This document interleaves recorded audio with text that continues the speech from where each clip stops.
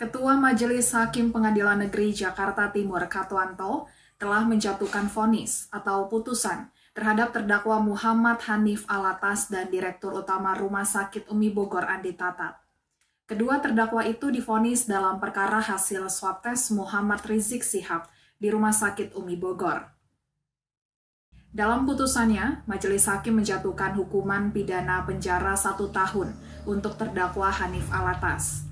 Kendati begitu, Hanif Alatas melalui kuasa hukumnya menyatakan tidak terima dengan vonis yang dijatuhkan hakim dan secara langsung menyatakan banding. Karena terdakwa mengajukan banding, maka hakim menegaskan bahwa vonis tersebut belum berkekuatan hukum tetap. Tidak hanya Hanif Alatas, terdakwa Andi Tatat yang juga divonis 1 tahun penjara dalam perkara ini menyatakan tidak terima dengan vonis tersebut. Atas dasar itu, Dirut Rumah Sakit Umi Bogor tersebut juga menyatakan mengajukan banding. Maka atas keputusan dari terdakwa untuk mengajukan banding tersebut, hakim menegaskan kalau vonis pada perkara itu belum memiliki hukum tetap. Diketahui dalam perkara hasil swab tes ini, Hanif Alatas dan Direktur Utama Rumah Sakit Umi Bogor Andi Tatat divonis pidana penjara selama 1 tahun. Keduanya dinyatakan bersalah melakukan tindak pidana turut serta melakukan penyiaran berita bohong dan menimbulkan keonaran.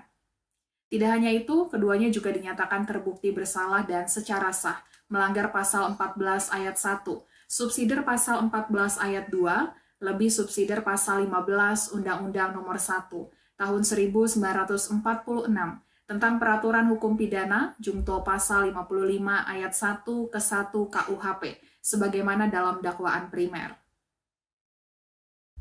Sementara itu, Muhammad Rizik Syihab menyatakan dengan tegas bahwa dirinya tidak terima dengan putusan atau vonis Majelis Hakim Pengadilan Negeri Jakarta Timur. Di mana dalam vonisnya, Ketua Majelis Hakim Katwanto menjatuhkan hukuman penjara terhadap Rizik Syihab selama 4 tahun dalam kasus swab tes Rumah Sakit Umi Bogor. Atas dasar itu, ex-pimpinan Front Pembela Islam FPI itu menyatakan akan mengajukan banding. Hal itu diungkapkan Rizik Syihab di muka persidangan sebelum majelis hakim menutup sidang. Mulanya, usai membacakan vonis, Hakim Katwanto memberikan kesempatan kepada Rizik Syihab untuk menggunakan haknya dalam mengajukan banding atau menerima vonis tersebut. Tidak menunggu waktu lama, Rizik Syihab langsung memberikan tanggapannya kalau dirinya tidak menerima putusan dari hakim tersebut.